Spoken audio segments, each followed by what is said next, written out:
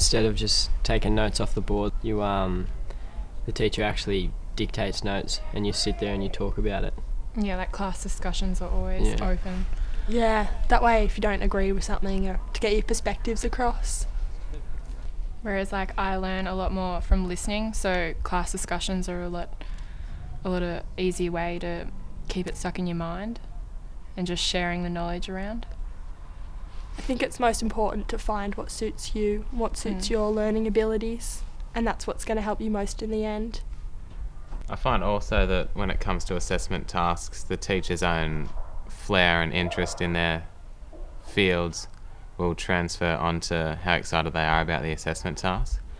For example, my ancient history teacher, she's really excited about the units or the core studies that we're doing, and so that comes out in our learning and also our enthusiasm to actually do the work and do it well. I also find that if you just have like a lesson every so often to just go back on everything you've learnt, like especially in English, if you're doing a book study or anything like that, you spend so much time analysing different points of it, and sometimes you lose track of what you're actually supposed to be focusing on.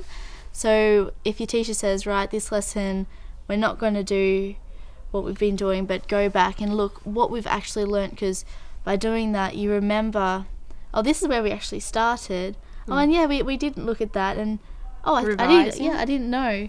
It's revising, but it's like having a discussion about it as well.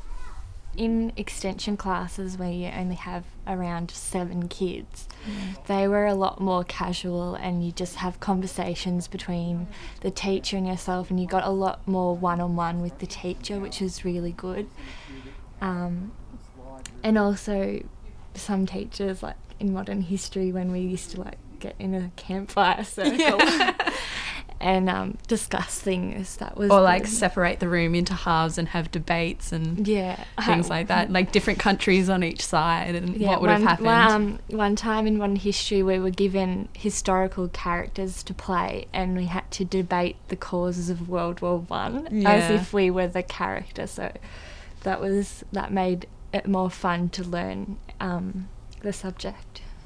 Particularly when you want to engage them, I think, rather than even writing, but as a verbal communication, that they actually talk consistently to each other and able to pull each other up and say, isn't it the more like this all the time, that they can then translate it into a written piece. And I think probably the whole concept of working together depends on your seating, depends on how you're actually talking to them and what you do for them all the time. And I think they realise it ultimately, and they're willing to do most things that we're asked to, that they want to do.